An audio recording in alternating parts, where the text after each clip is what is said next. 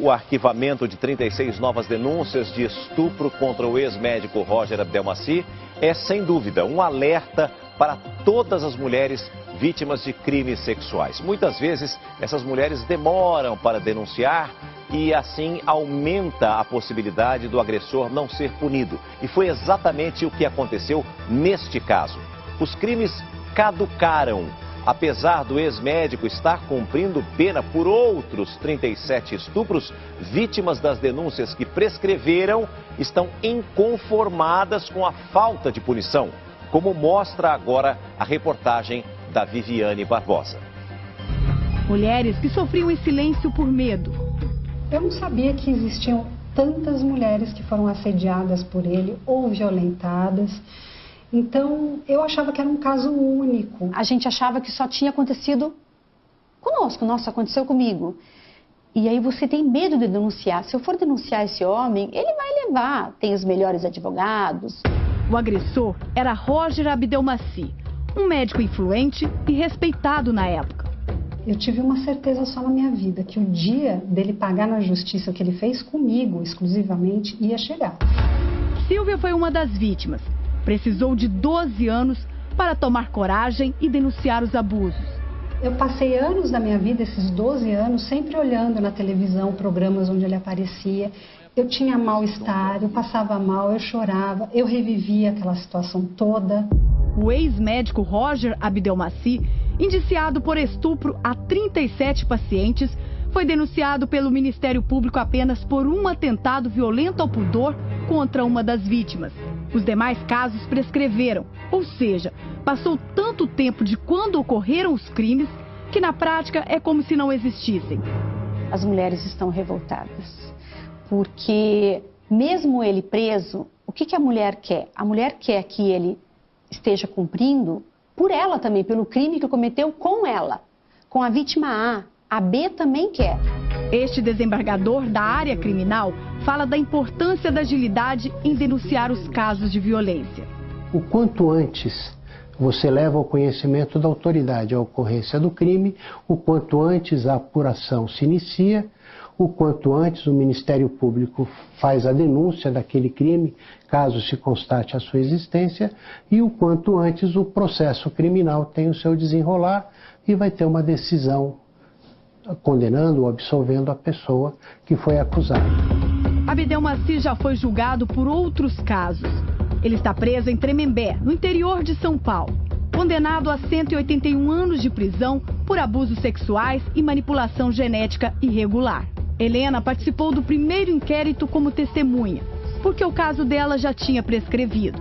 Eu, na verdade, eu derrubava a defesa dele, né? Porque ele dizia que eram mulheres sem rostos, mulheres frustradas por não terem engravidado e mulheres que estavam confundindo as coisas pelo uso do Propofol, né, por estarem anestesiadas.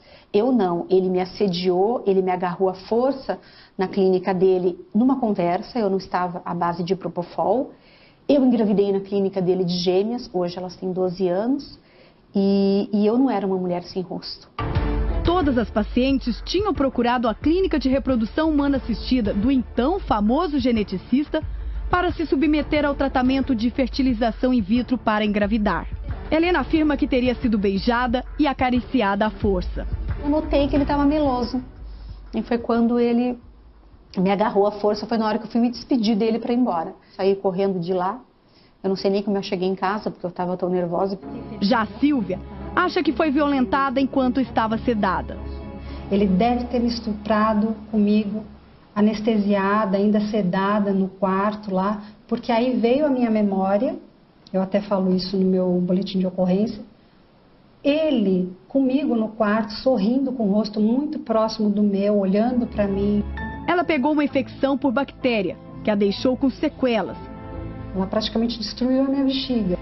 Tudo indica que foi no ato do estupro. Eu nunca mais na minha vida consegui me imaginar sendo mãe, entendeu? Eu tenho assim arrepios de me imaginar passando por aquilo tudo de novo.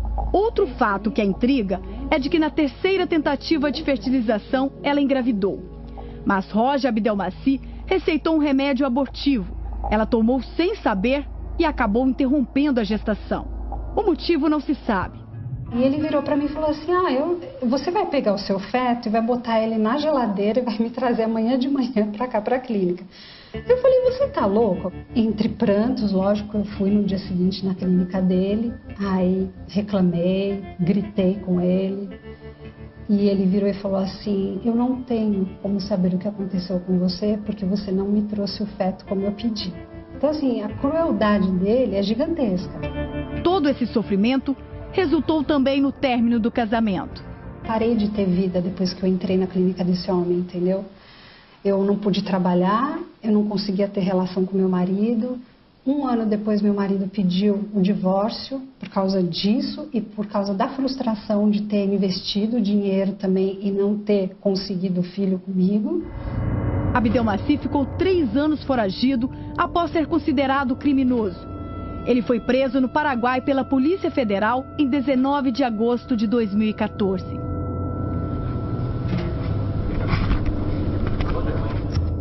Pela lei brasileira, nenhuma pessoa pode ficar presa por mais de 30 anos. Para as vítimas de Roger Abdelmaci, ele deveria ser condenado por todos os crimes cometidos. Cada caso é único, né? A justiça é para cada uma. Então, você vê que o seu crime prescreveu, traz essa frustração, porque a gente ficou esperando todo esse tempo por esse dia chegar. Que a sociedade em si, vendo essa notícia e acompanhando, as mulheres que estão sofrendo ou que já sofreram na mão de homens, de médicos, né, de algum parente, elas acabam ficando desencorajadas com isso.